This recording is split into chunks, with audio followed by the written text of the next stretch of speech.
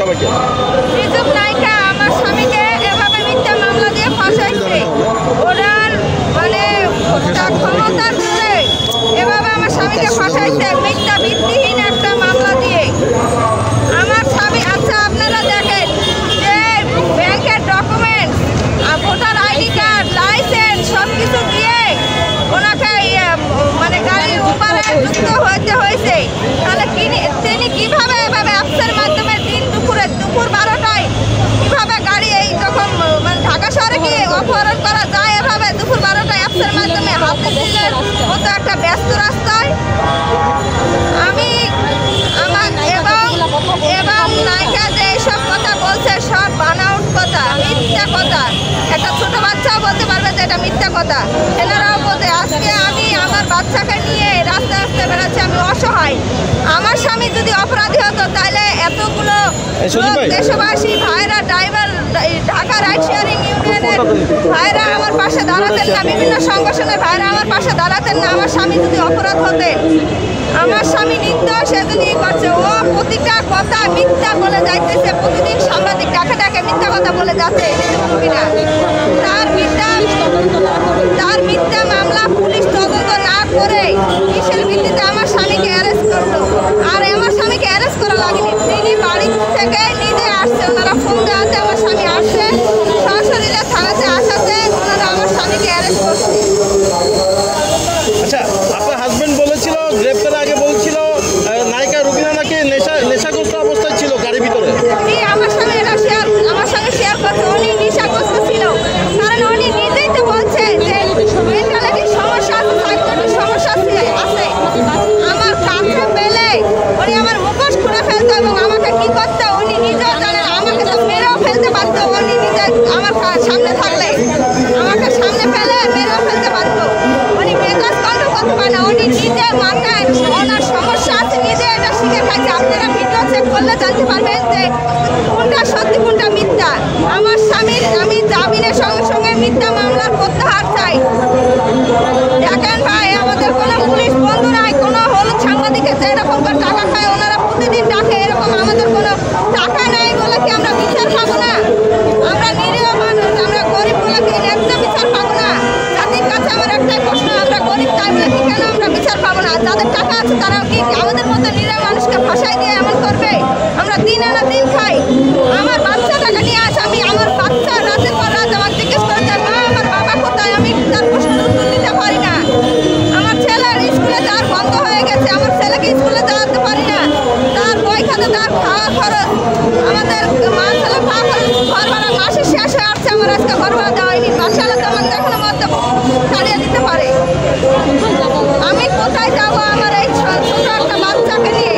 অবলম্বে আমার স্বামীর আমি মুক্তি চাই, মুক্তি চাই। আমার স্বামীর 16 তারিখে মুক্তি না হলে এই মানববন্ধন প্রেস ক্লাবের সামনে আমি নিজে আমার ছোট বাচ্চা ছেলেকে নিয়ে গায়ে কেরোসিন ঢালে আত্মহত্যা করবো। এটাই আমার জাতির কাছে। আমার স্বামীর 16 তারিখে আমি আমার স্বামীকে আমার কাছে চাই। আচ্ছা, এই নায়িকা রুবিনা এই যে আপনার স্বামীকে যখন গ্রেপ্তার করলো উনি থানায় গিয়ে কি কি বলেছে যদি আপনি একটু বলেন, ওসি বা দারোগা কি বলেছিল? এটা তো সবাই জানছে, এটা অপহরণের চেষ্টা করছে, এটা মিথ্যা মামলা, অপহরণের চেষ্টা, এটা মিথ্যা মামলা দিচ্ছে। আমার উনি চাইছিল যে হাতিদের থানাতে যখন জিডি করে উনি চাইছিল যে আমার স্বামী ওনার সামনে আসে, মিডিয়ার সামনে নায়িকা নিজুমের হাত ধরে ক্ষমা চাই। কেন আমার স্বামী ক্ষমা চাইবে?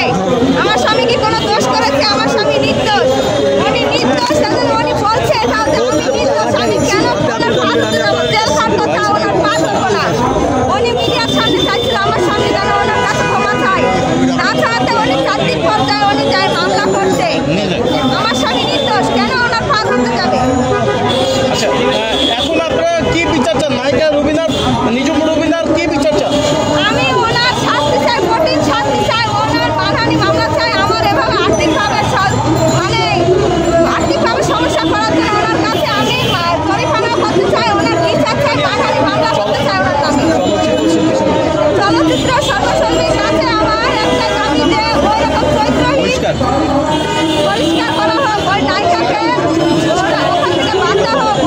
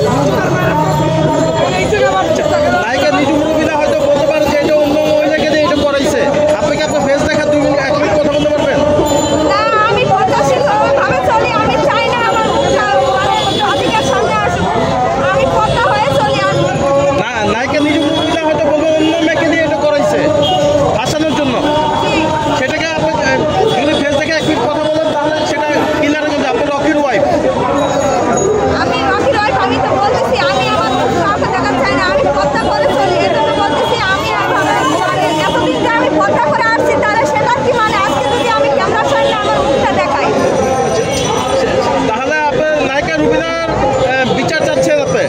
জি, আমি নায়িকা রুবিনার বিচার চাই, কঠিন শাস্তি চাই। উনি এভাবে আমাদের মতো নিরীহ অসহায় মানুষদের কেন ফাঁসাবে? ওনার ভিত্তিহীন এই মিথ্যা কারণে কি জন্য ফাঁসাইবে? ওনার টাকা আছে দেখে, আর আমাদের টাকা নাই দেখে আমরা কি ন্যায্য বিচার পাবো না?